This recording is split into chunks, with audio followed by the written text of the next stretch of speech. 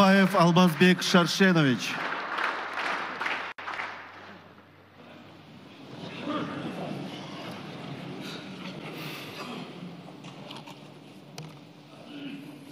Мен де толқынланып атам.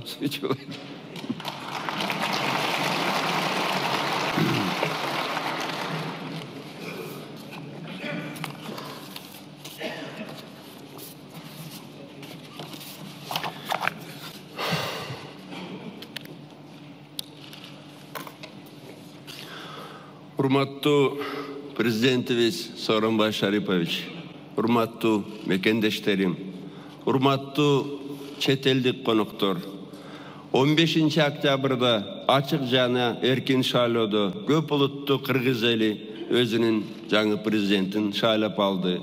Мына азыр баарыбыз күбө болдук. Шайланган президент урматтуу Сооронбай Шарипович Жээнбеков ант берип, бийлик символдорун алып, расмий түрдө өз укуктарына толук ээ болду. Мен бул чоң тарыхый окуя менен бүтүндөй кыргыз элимде жана албетте урматтуу Сооронбай Шариповичти куттуктайм. Жаңа жолубуз ак жолтой болсун.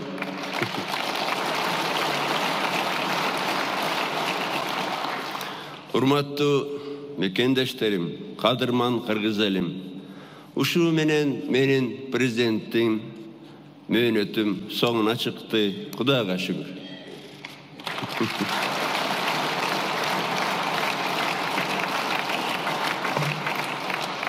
6 жыл мурда сиздер мени ушул бийик кызматка шайлагансыңар. Эми тарыхый ченемден алганда 6 жыл тарых үчүн көз ирмемге барабар. Бирок ушу өткөн 6 жыл биринчиден абдан оор болду. Экинчиден баарыңар көрүп турасыңар, өлкөбүздү түп тамырынан өзгөрткөн 6 жыл болду. Бул өткөн 6 жыл Манас атабыздын бизге өз урпактарына берген насаатын, улуу сөздөрүн жүзөгө ашырган жылдар болду деп айтар элем. Бул өткөн 6 жыл үзүлгөндү, улаган, чачылганды жыйнаган жылдар болду. Чет элдик политологдор, саясатчылар, Кыргызстан мамлекет боло албай калды, бөлүнүп кетет, чачылып кетет, жок болуп кетет деген мекенибиз жараткандын жардамы менен, элдин эмгеги менен азыркы күндө Американын эң эски, эң тажрыйбалуу Гэллап фондусунун изилдөөрүнө ылайык эски Советтер Союзунун аймагында жайгашкан өлкөлөрдүн эң керекчи, эң келечектүү, эң туруктуу мамлекет болуп турат.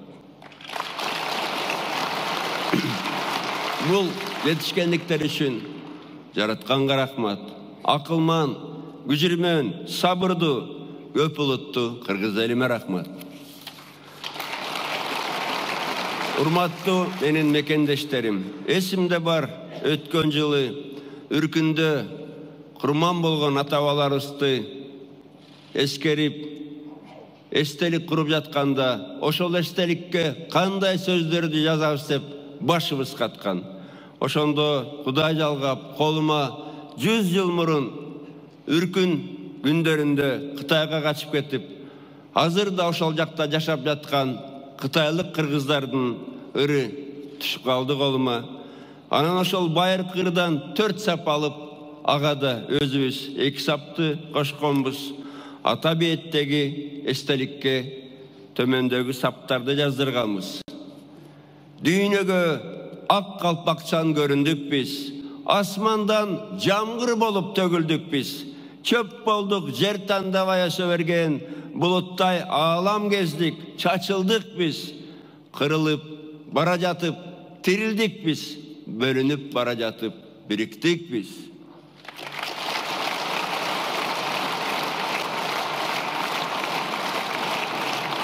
Айланайын кыргыз элим, мекендештерим. Ушул саптарды негизи ар бир кыргыз жараны өзүнүн жүрөгүндө сактасын. Эсиңизде бардыр, ошо 2 сентябрда үркүндө өтүп кеткен ата-бабаларыбызга мемориал ачып, Куран окудук. 3 сентябрда болсо, Кыргыздын эски салты боюнча ата-бабаларыбыздын ашын өткөрдүк. Аламан байгеси менен, көкбөрүсү менен, күрөшү менен ошол 3 сентябрда ачылган дүйнөлүк көчмөндөр оюндарын жер жүзүндө жашаган элдердин көбү көрдү. 800 миллиондон ашык адам көрдү. Байыркы кыргыз элин көрдү. Бейиштей болгон кыргыз жерин көрдү. Бүт дүйнөгө биз барбыз, биз кыргыздарбыз дедик. Кандай кыргындар башынан өтсө да, кандай карашалы окуялар болсо да, байыркы кыргыз эли бар дедик.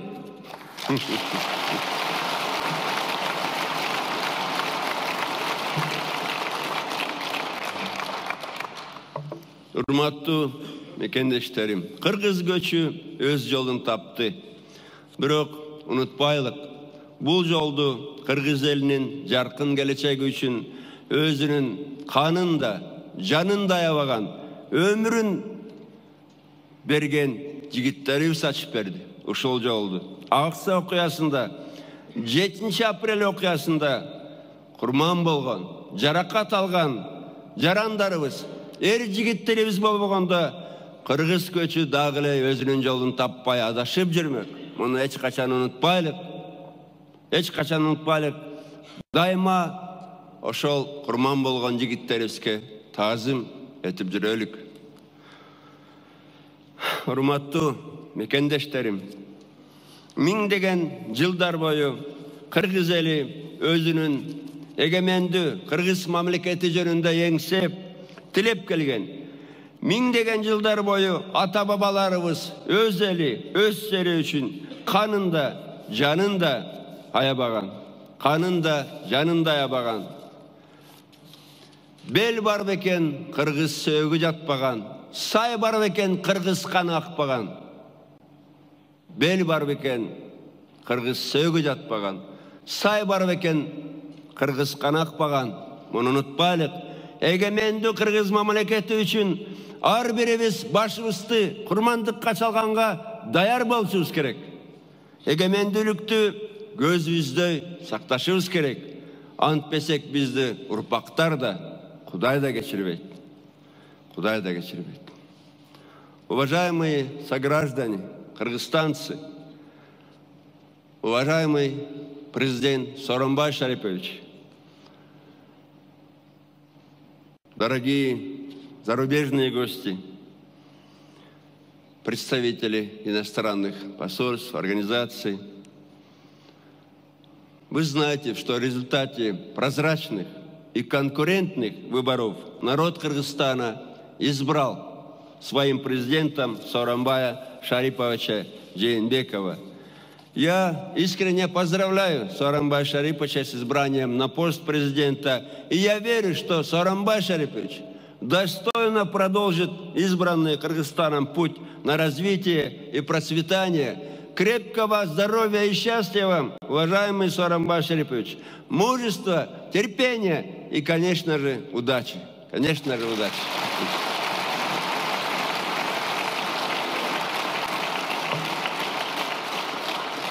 Новый президент Кыргызстана вступил в свою должность. На этом моя работа в качестве президента закончилась.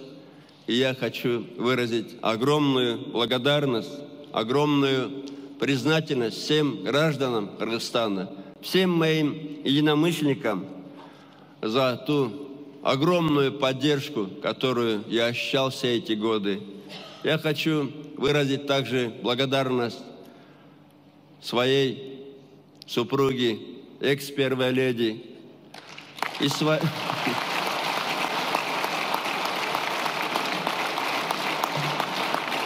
и своим детям, сыновьям и дочкам, которые сделали все, чтобы как-то не бросить тень на мою репутацию, потому что это было очень важно в эти годы. Я благодарен также всем нашим друзьям, международным партнерам, организациям, донорам, институтам и, конечно же, тем странам, которые все эти годы оказывали нам громадную помощь, в том числе громадную грантовую помощь. И благодаря этой поддержке, и благодаря терпению и трудолюбию народа Кыргызстана нам удалось осуществить очень много важных реформ за это время. И главное, нам удалось установить в стране мир и стабильность. Страна прошла за это время очень суровые испытания. Но эти испытания только закалили нас. Мы стали сильнее. Мы стали сильнее и крепче.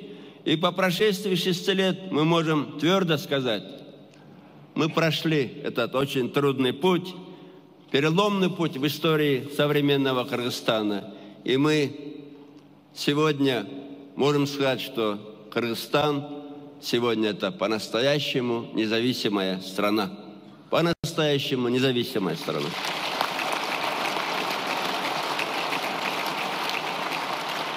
Было много хорошего сделано за прошедшие 6 лет, но и многое из задуманного я не успел сделать, не сумел сделать. Да и практически, вы знаете, спокойно работать мне дали только последние 2-3 года. И простите меня, если я не оправдал ваши надежды. Простите меня.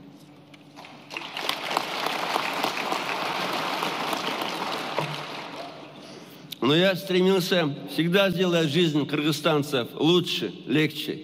Старался быть честным и перед народом, и перед Богом, и перед своей совестью.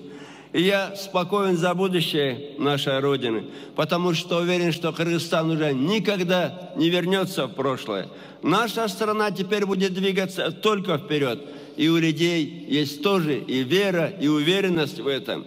И я верю, что уважаемый Сооронбай Шарипович продолжит проложенную всеми нами вместе дорогу к будущему нашей страны. Продолжит курс на мир и стабильность.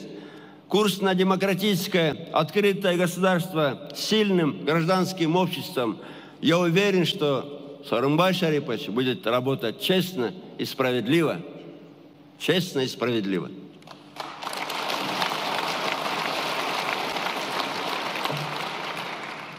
Я всегда верил в мудрость нашего народа и убедился в этом на прошедших президентских выборах. Прощаясь, я хочу еще раз сказать всем вам спасибо за доверие, которое оказали, когда избирали президентом, и за эту поддержку, которую вы мне оказывали все 6 лет. Будьте счастливы. Граждане Кыргызстана заслуживают счастья. Счастье жить в мирной и развитой стране. Счастье мирно воспитывать детей и уверенно смотреть в будущее. Я горжусь народом Кыргызстана, гордым и свободным. Я горжусь, что живу в Кыргызстане, маленькой, но чудесной стране. У Кыргызстана прекрасное будущее, и мы вместе будем строить это будущее, потому что мы можем быть счастливы только в этой стране, на нашей родине, в Кыргызстане. И вместе мы сможем. Вместе сможем.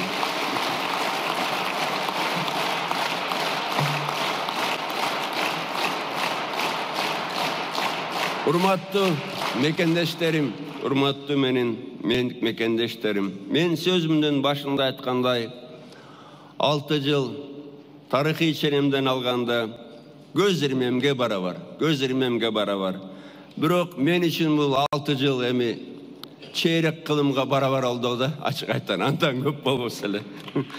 Эми албетте ойлогон ойду кыстаган турмуш жеңет көп нерсе колман келбей калды, убакыт да жетпей калды.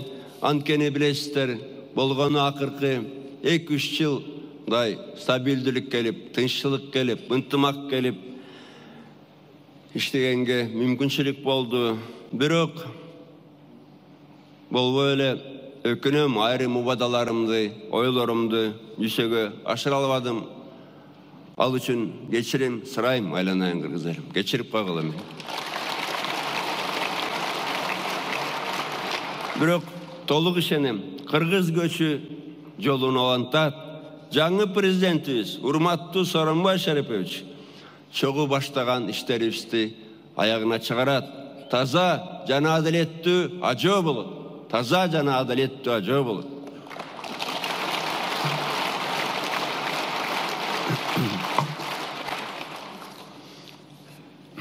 Абдан толкунданып атам. Урматтуу мекендештерим, айланайын кыргыз элим.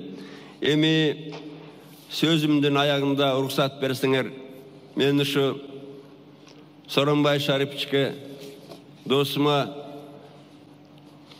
өз батамды берейин.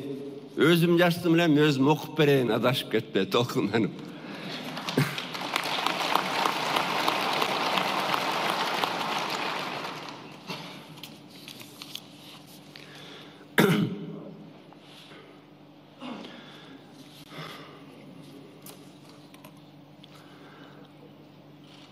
О жараткан, кыргыздын жаңы ажоосун кырсыктын баласынан сакта, душмандын заласынан сакта, дос көрүнүп кас болгондон сакта, жанында жүрүп өч болгондон сакта.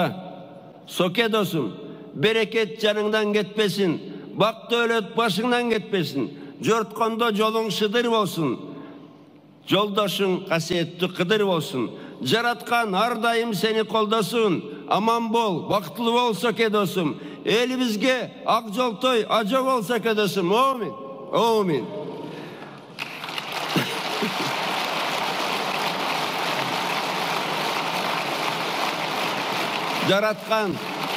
Жараткан элибизге биримдик, жерибизге берекет берсин. Жашасын эгемендүү Кыргызстан. Жашасын эгемендүү Кыргызстан.